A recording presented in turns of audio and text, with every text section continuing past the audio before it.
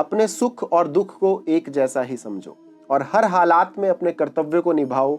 यही गीता का जीवन बदलने वाला रहस्य है। जय श्री कृष्ण।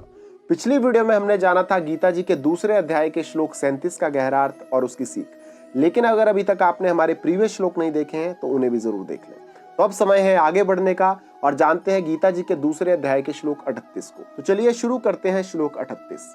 सुख दुखे समय कृत्वा लाभा लाभो जया जयो ततो युद्धाय युजस्व नैवम पापम वापस्यसि। अर्थात भगवान श्री कृष्ण अर्जुन से कहते हैं कि हे अर्जुन, अपने सुख दुख, लाभ हानि और हार जीत इन सब बातों को सिर्फ एक ही नजरिए से देखो और इन सबको एक मानकर अब युद्ध करने के लिए तैयार हो जाओ, क्योंकि यही तुम्हारा क्षत्रिय धर्म है और यही तुम्हारा कर्तव्य है। और इस तरह से अपने कर्तव्य को निभाने से बिल्कुल भी पाप नहीं लगता। दोस्तों, गीता जी का ये श्लोक हमें समत्व योग का रहस्य बता रहा है कि लाइफ में होने वाली सभी चीजों को एक समान नजर से देखना चाहिए।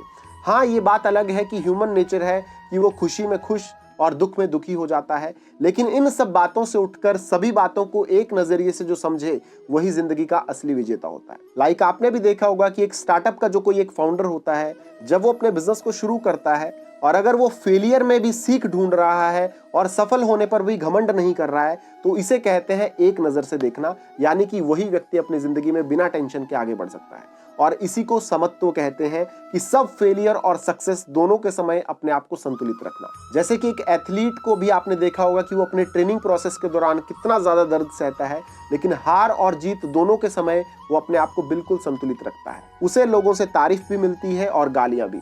आप हमारे इंडियन क्रिकेट के एग्जाम्पल को ही देख लो कि उन्हें सब कुछ सहना पड़ता है, आलोचना हो या तारीफ, उन्हें सब कुछ सुनना पड़ता है, लेकिन वो इन सबको एक समझकर केवल अपना कर्तव्य का पालन करते हैं। और दोस्तों, यही गीता जी का संदेश है। तो ये था गीता जी के दूसरे अध्याय के श्लोक 38 का।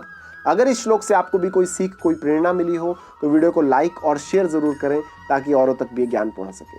और संपूर्ण गीता श्लोक सीरीज को सुनने के लिए हमारे चैनल ज्ञान के श्वास को अभी सब्सक्राइब कर लें। तो आज की वीडियो में इतना ही। अब जल्द मिलेंगे हमारी अगली वीडियो में हमारे अगले श्लोक के साथ। तब तक के लिए जय श्री कृष्ण।